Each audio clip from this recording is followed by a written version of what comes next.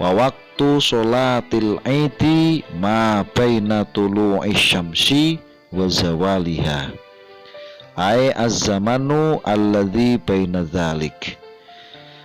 Waktu pelaksanaan sholat Id, baik sholat Idul Fitri ataupun Idul Adha, yaitu waktu antara terbitnya matahari dan tergelincirnya matahari atau sebelum duhur begitu. Jadi silahkan boleh pelaksanaan sholat Id setengah 7 atau jam 7, jam 9, jam 11, silahkan sesuai kondisi masing-masing.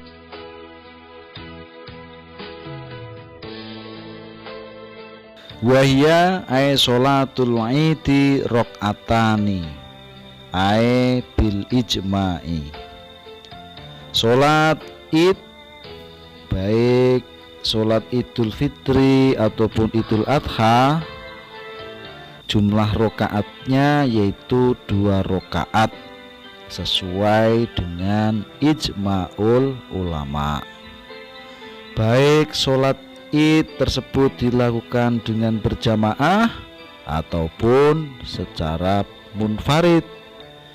Baik sholat Id tersebut memakai khutbah ataupun tidak memakai khutbah, seperti yang kita lakukan yaitu tetap 2 rakaat.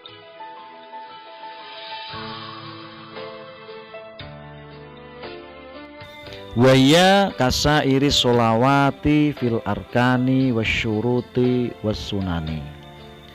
Tata cara sholat Id ini sebenarnya sama dengan sholat-sholat yang lain, dalam rukun-rukunnya, syarat-syaratnya, begitu juga kesunahan-kesunahannya. Fa'in arodal aqol iktasoro ngalama yusannu fi ghairiha.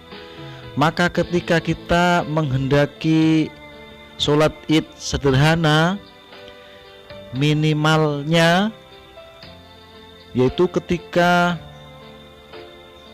setelah niat sholat Idul Fitri, usolli sunatan li Idul Fitri rok'ataini lillahi ta'ala, kemudian melakukan sholat seperti halnya sholat yang lain sampai dengan salam selesai, itu sudah cukup. Sebenarnya sudah cukup kalau ingin menghendaki yang sederhana. Wa in aradal akmal atta bitakbir. Tapi ketika kita ingin lebih sempurna, lebih bagus lagi, lebih baik lagi, maka kita perlu menambahi kesunahan-kesunahan yang ada pada sholat Id. Di antaranya adalah wa yukabbiru fi raqatil ula sab'an wa yukabbiru fi raqatis saniyah khamsan. Di rakaat pertama kita disunahkan melakukan takbir Allahu Akbar sebanyak 7 kali. Di rakaat kedua takbir sebanyak 5 kali. Wa mahalluhu ba'da du'ail iftitah wa qabla ta'awud.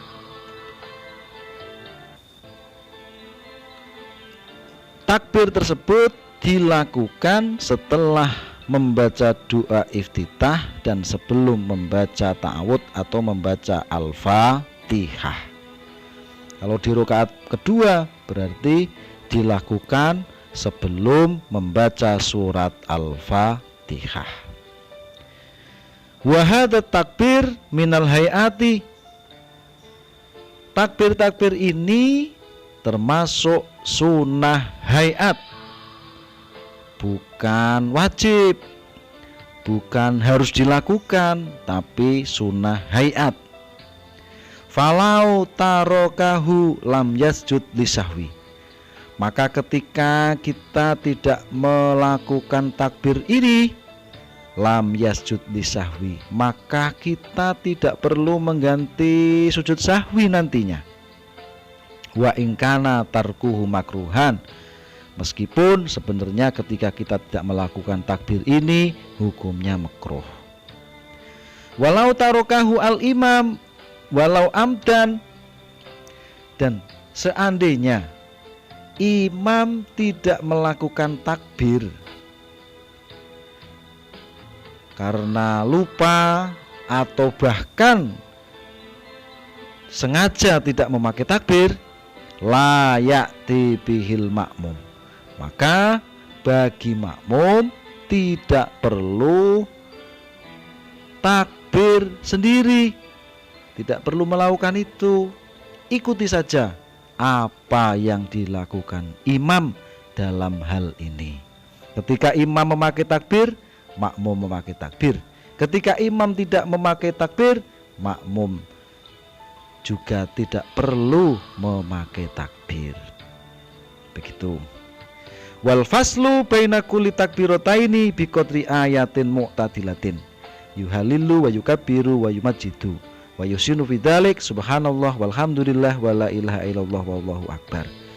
Dan antara takbir tersebut ini alangkah baiknya dipisah dengan doa ataupun ayat-ayat sederhana lah yang biasa kita lakukan, dan itu bagus. Biasanya kita memakai doa ataupun kalimat thayyibah subhanallah walhamdulillah wala. Kemudian ada kesunahan lagi dalam sholat id, yaitu setelah membaca Al-Fatihah kita disunahkan membaca surat Qaf di rakaat pertama, kemudian membaca surat Al-Qamar di rakaat yang kedua. Kalau tidak bisa, di rakaat pertama membaca surat Al-A'la, di rakaat kedua membaca surat Al-Ghasyiyah. Kalau tidak bisa, di rakaat pertama membaca surat Al-Kafirun, di rakaat kedua membaca surat Al-Ikhlas.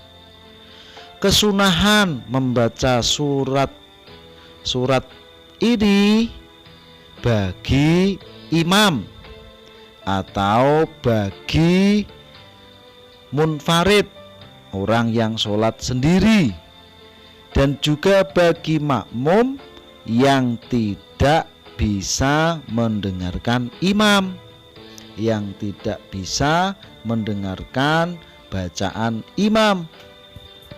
Bagi makmum yang bisa mendengarkan imam, maka tidak perlu memakai surat-surat pendek. Berarti setelah Al-Fatihah diam saja mendengarkan bacaan wallahu a'lam bishawab.